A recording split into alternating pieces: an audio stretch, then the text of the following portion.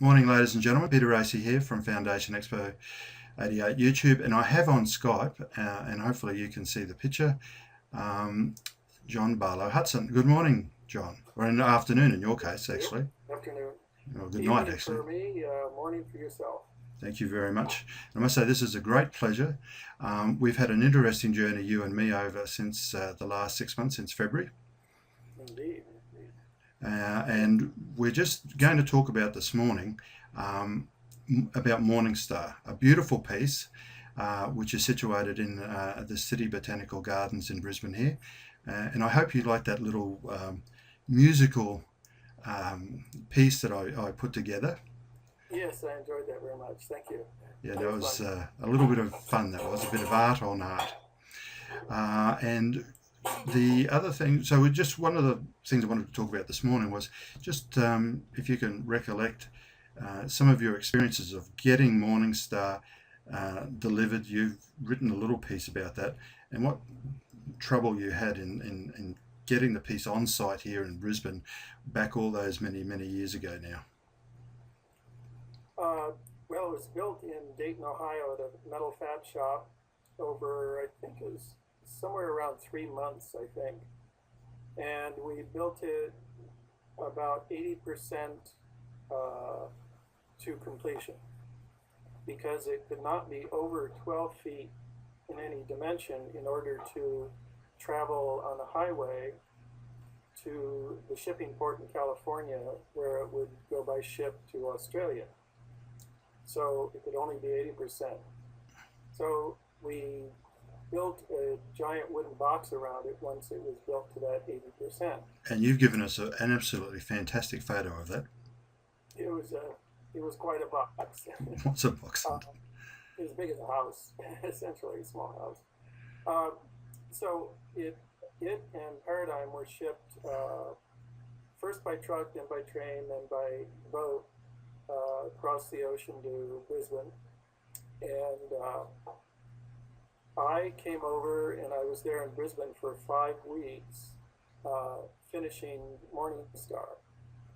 And we stayed in a hotel just a short walking distance from the site where a lot of the expo builder people stayed. I don't remember the name of it. I remember there were a bunch of Russians there, That would have which been fun. would not talk to us. They were not allowed to talk to us. But in any case, uh, I, through the expo folks, found a welder in Brisbane, a New Zealander named Patrick, to help me with the project. And he had a buddy, I can't quite remember his buddy's name. So the three of us assembled the remaining parts. And then after each piece was fully welded, we had to repolish the weld back to a mirror finish, Mm. which is what I had done with the whole rest of the sculpture prior to its coming to Brisbane. And you've also given us some photos of that. Yeah, but And in one of them, it looks like we're working about 12 o'clock at night. we worked day and night. It was a very intense. Well, it was a big job, and we had to, there was a limited time in which we had to work or get it done by due date. So we had to hustle, and fortunately, the two gentlemen were willing to do that. I've met Patrick for coffee, and he is a wonderful, wonderful guy. Yeah, he's a great guy. He's memorable. He I is indeed. still working there. Uh, so it was an awful lot of work, but we got it done in time. And then I provided a plan for the base of the sculpture, which was in the center of Expo, in that it was surrounded by the Italian and the American and maybe the Australian pavilions. I think it seems to me it was kind of a quasi center. It was full of neon. Yes. Yeah, And yeah, overhead was a huge, about an acre of neon. yeah. And it Uh, was. the seasons, I think it was, wasn't it? Look, if I was John McGregor, I could tell you the time, the Yeah. place, the make of the neon, and all the rest of it. But unfortunately, my knowledge is not as quite as extensive as my good mate John. Well, I seem to remember the theme was the seasons. Mm. So that was overhead, and the base was covered in Spanish red Alicante marble, and it provided for seating around the whole piece. So I have a wonderful photograph of all the visitors that, or a bunch of visitors to Expo sitting on the bench around the sculpture, and it's, to me, that's my favorite shot because it's surrounded by people, Yeah. which is what I want for my sculpture, is to be with the public. Well, yes, its location in the city at the moment is doesn't actually have any seats around it, but it is certainly a centrepiece of that top end of the Brisbane City Council gardens there. It's a beautiful sight, indeed. Yeah, Yeah, and no, I know people get there because several friends have actually visited and photographed it. So, friends, you're including yourself. So I know people see it. So yeah. it's not totally alone.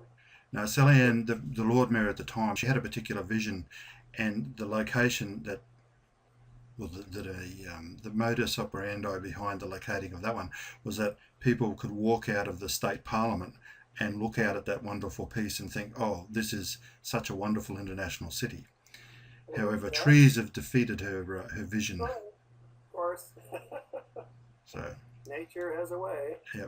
So just moving on, you've actually now gone on. You had a particular important role at the Beijing Games, and I think the piece that you used actually had a relationship back to the other piece you did for Expo here, Paradigm. Paradigm. It Yep. was the motif or the theme was comparable, but the configuration was different. You can extrapolate the same module perhaps, but in the Wind Dragon for the Olympics, it's in a different configuration, so it's not necessarily readily discernible that it's the same module. For But that's how the sculptures work. One grows from the other, and they can go in very different directions, and so it's not always obvious they're related, even though they are. yeah, no, the pictures you sent of us of your 14 or 15 works in China are just I find just absolutely mind blowing. Some of them, they're really just fantastic. Thank you very much, Peter. So, thank you so much for taking your time out of your busy night. And we'll just end this particular YouTube here with a plug of seeing all the other ones, and we will certainly come back and have another interview with Jon at a later point. Thanks. And so, thank you so much, My pleasure. and Thank you, Peter. we'll just end that there.